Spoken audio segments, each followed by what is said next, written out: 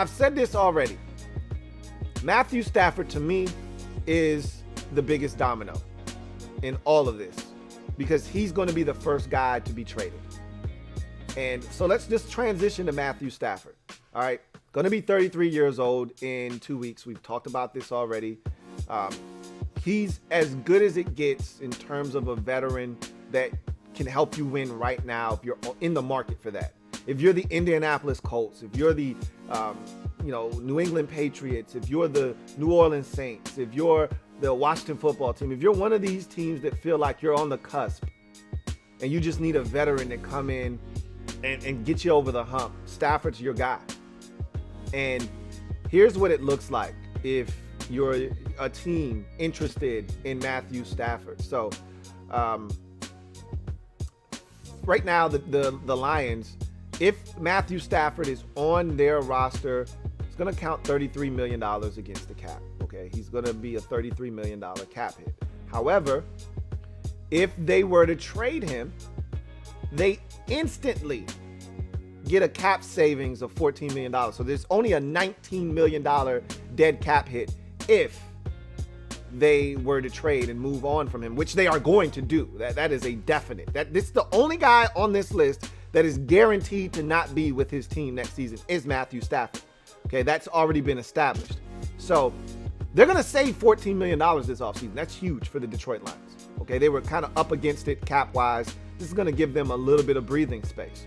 So in essence, this is what Matthew Stafford's next couple of years look like if you were to trade for him. He's under contract for the next 2 years. There's a third year option, but he's going to opt out of that and he's going to want a new deal. You're not going to get to that final year of the deal. So in my estimation, if you trade for Matthew Stafford, be prepared to offer him a 3-year extension right off the cuff.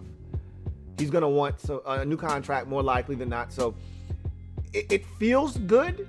The numbers look good, but when it's all said and done, I think you're going to ultimately end up paying Stafford another, let's call it $90 million or so, in addition to the 43 that he's already owed, maybe another $100 million or so, in addition to the 43 or 44 that he'll be on the hook for the first 2 years of the deal. So in essence, you'll be looking at something along the lines of a 5-year, $130 million deal, something in those lines. But when you're just looking at the first 2 years, let's just go with what we know. 2021, if you trade for Matthew Stafford, $20 million is what it's going to cost you, okay, against your cap. Again, that's like middle of the league quarterback money. That's Alex Smith starting money, okay? That's Ryan Tannehill type money that you're paying right there, $20 million. Like, that's nothing for a guy of Matthew Stafford's caliber, which is, again, when I talked about this on the podcast on Monday, when I said you're going to be essentially drinking top shelf liquor at well and house prices, okay? That's essentially what you're getting here. 2022, he's going to cost you $23 million against your cap. Again, you're stealing. That's $43 million over 2 years, essentially. That's stealing. However, you can't assume that he's going to be comfortable after being traded with playing with those numbers hanging over his head. You've got to assume he's going to want more money. He's going to want, some security, some financial stability, as if he doesn't already have it. But you understand what I'm saying. So assume that a 3-year extension is coming. And that's going to be a pretty pricey 3-year extension, but it's the cost of doing business. But to know that over the next 2 years, you could get Stafford at a very affordable price, 20 and 23, respectively, over the next 2 years, you've got to feel really good about that if you're a team trading for Matthew Stafford. And as far as the extension is concerned, that's something you would work out with his agent upon trading for them. And that's something you would know before you trade for him. You would already be in the works with his agent and figuring out, hey, what are we talking about here?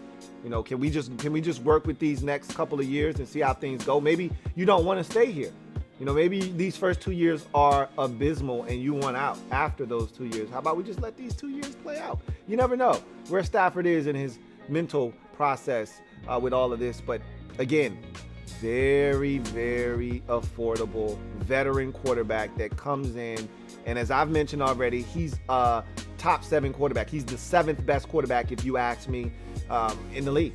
And so you're getting the 7th best quarterback for essentially $21.5 million over the next 2 years. All right, per year, that is. $21.5 million per year for the next 2 years. Again, much like Watson, it doesn't get much better than that. And here's the reason Stafford's going to be moved first. He's the first domino. Here's why.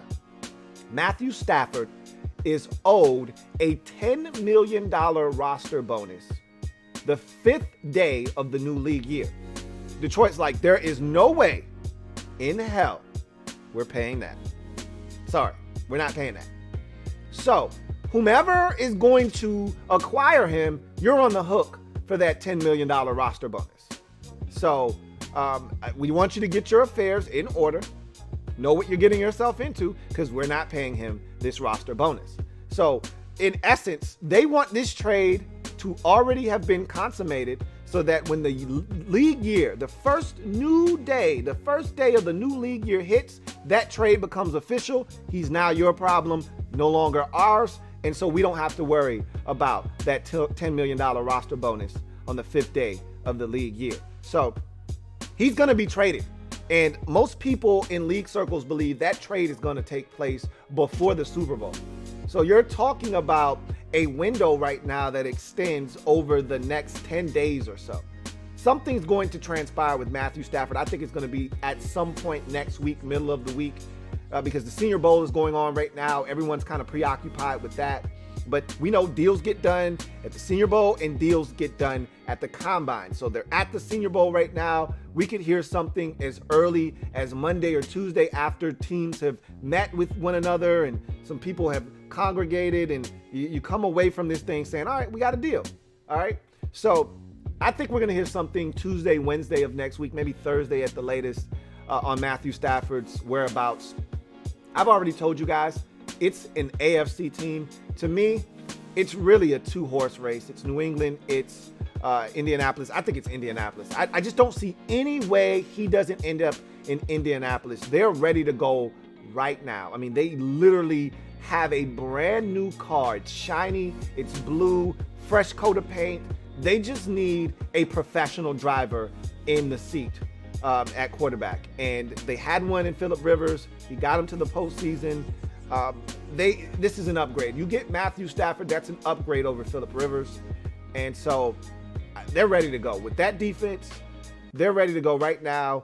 I think he's going to end up in Indianapolis. And it makes a ton of sense for where they are as a football team and where they're drafting. They're not going to come away. Their GM has already said, and I talked about his quote, you know, he said there are a bunch of quarterbacks that I'm really intrigued by in this draft. We're not high enough to draft any of them. So he said if we were to draft a quarterback in the first round, you know, that would give you guys an easier opportunity to run me out of town. If that guy doesn't succeed, I'll be run out of town. The faster I draft a first-round quarterback and he doesn't succeed, the faster you guys run me out of town. So he's not dumb. You know, Chris Ballard is no dummy. He knows this team's ready to win and they're in no position to draft a first-round quarterback. He's going to go after Stafford hard and aggressive, and I don't think it's going to take, you know, a whole hell of a lot. You know, I think the Lions will be content with getting a first-round pick for Matthew Stafford. You know, you could throw in a player or maybe a mid to late round pick to sweeten the deal if you so choose. But at the end of the day, I think a first-rounder gets it done. And I think that Matthew Stafford will be the newest member of the Indianapolis Colts when this thing is all said and done. But he's going to be the first domino because of that roster bonus that he is owed on the 5th day of the new league year. He's going to be the first one traded. So I think that first domino falls. And I think once New England New England isn't paying Deshaun Watson prices. They're not paying the type of prices that it's going to take to get one of these guys that can change the game. I'm going to tell you the route that I think the Patriots may ultimately take here in a second, but Louie